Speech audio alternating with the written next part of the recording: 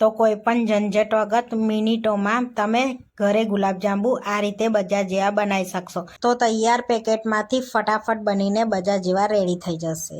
Hi friends, આજે હું share કરીશ તમારી સાથે ગુલાબજાંબુ બનાવવાની રેસીપી. તો અહીં આગળ આપણે તૈયાર લોટ લીધો છે ગુલાબજાંબુ બનાવવાનું, આ રીતનું પેકેટ. અહીંયા અમે 200 ગ્રામનું પેકેટ લીધું છે. તો અહીંયા લોટ આપણે કાઢી લઈશું બહાર. અહીંયા આપણે લોટ કાઢી લીધો છે. હવે સૌથી પહેલાં આપણે ચાસણી બનાવી લઈશું. તો અહીંયા આપણે 700 ગ્રામ ખાંડ લઈશું અને હવે આપણે 700 ગ્રામ પાણી એડ કરીશું. ચાસણીને આપણે ઉકાળી લઈશું. હવે હલાવતા જઈશું, ચાસણીને ઓગાળી લઈશું.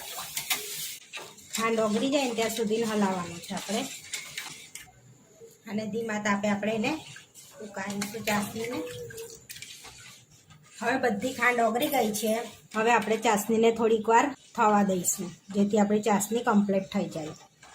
એ રીતની આપણે ચાસણીને થોડુંક ઉકળવા દઈશું. હવે આપણી ચાસણી ઉકળવા લાગી છે. એમાં ઇલાયચી પાવડર એડ કરીશું, અડધી ચમચી. થોડાક કેસરના ટાંકણા એડ કરીશું અને 5 મિનિટ આપણે ચાસણીને ઉકળવા દઈશું. 5 મિનિટ થઈ ગઈ છે તો આપણી ચાસણી કમ્પ્લીટ રેડી થઈ ગઈ છે. હવે ગેસ બંધ કરી દઈશું આપણે, અને આપણે હવે ગુલાબજાંબુનો લોટ બાંધી લઈશું. તો આ લોટને પહેલાં આપણે આ રીતે છૂટો કરી લઈશું.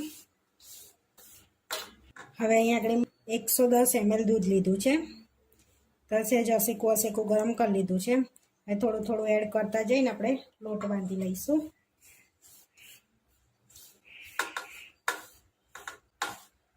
થોડું થોડું એડ કરતા જઈને જ બાંધવાનું. તો આપણો સરસ એવો લોટ બંધાઈ ગયો છે. તો હવે આપણે એમાં ગુલાબજાંબુ બનાવી લઈશું. હવે સહેજ તેલવાળો હાથ કરીશું આપણે, અને સહેજ લઈ સરસ એને આપણે ગોલ વાળી દઈશું.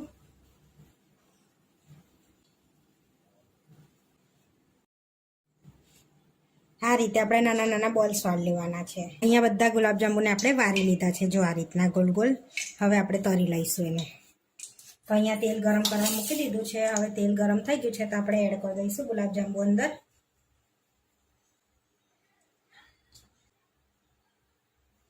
તો આપણે અંદર ગુલાબજાંબુ થોડા થોડા એડ કરતા જવાનું છે, અને ધીમા તાપેને તરાવા દઈશું આપણે. જ્યાં સુધી બદામી કલર ના થાય ત્યાં સુધી આપણે એને તરાવા દેવાના છે.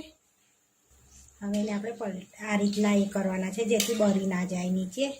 હવે બદામી કલર ના થાય ને ત્યાં સુધી આપણે તરાવા દેવાના છે. તો આ રીતના આપણે કલર ચેન્જ થવો જોઈએ, બળી ના જવા જોઈએ, અને ધીમા ગેસે તરવાના, એ અંદર સુધી ચડી જાય. હવે આપણે ગુલાબજાંબુ તરાઈ ગયા છે. હવે આપણે કાઢી લઈશું એને. હવે તેલ નિતારીને આપણે કાઢી લઈશું એને, અને બીજા આ રીતે તળી લઈશું. આ રીતે છે ને ધીરા ધીરા જઈને ફરાવતો આ રીતે હલાવતું જવાનું છે આપણે, જેથી ગુલાબજાંબુ આપણા બળી ના જાય, નીચે ચોંટી ના જાય. આ રીતે હલાવતું જવાનું છે ધીરે ધીરે, એટલે ગોલ ફરતા રહે ગુલાબજાંબુ આપણા, એટલે બળે ના, નીચે ચોંટે જ ના. આપણા સહેજે ગુલાબજાંબુ તરતી વખતે ફાટ્યા નથી, જોઈ શકો છો તમે. અને ઘીમાં બી તરી શકો છો. મેં અહીંયા તેલમાં તર્યા છે. આપણે બધા ગુલાબજાંબુને તરી લીધા છે. હવે થોડાક ઠંડા થઈશું, ચાસણીમાં એડ કરી દઈશ. બહુ નહીં, થોડા થોડા. આપણા ગુલાબજાંબુ બી ઠંડા થઈ ગયા છે થોડાક, અને ચાસણી બી અસેકું ગરમ રવા દેવાનું ચાસણીને. જાંબુ અંદર એડ કરી દઈશું આપણે. હવે હલાવી લઈશું, અને હવે આપણે 30 મિનિટ અડધો કલાક દઈશું. આપણે એને મોટા વાસણમાં કાઢી લઈશું, જેથી એને ફૂલે ને સંકોચાઈ ના જાય, અંદર ફૂલે. અંદર આપણે ટ્રાન્સફર કરી લેવાના છે, જેથી અડધો કલાક આપણે ગુલાબજાંબુ થઈ ગયા હતા, મોટા વાસણમાં ટ્રાન્સફર કરી લીધા હતા. હવે આપણે પાછા તપેલીમાં મૂકી દીધા હતા. તો સરસ એવા ફૂલીને ડબલ થઈ ગયા છે. તો હવે આપણે સર્વ કરી લઈશું. તો બાઉલમાં આપણે સર્વ કરી લઈશું. તો આપણા ગુલાબજાંબુ બનીને રેડી થઈ ગયા છે.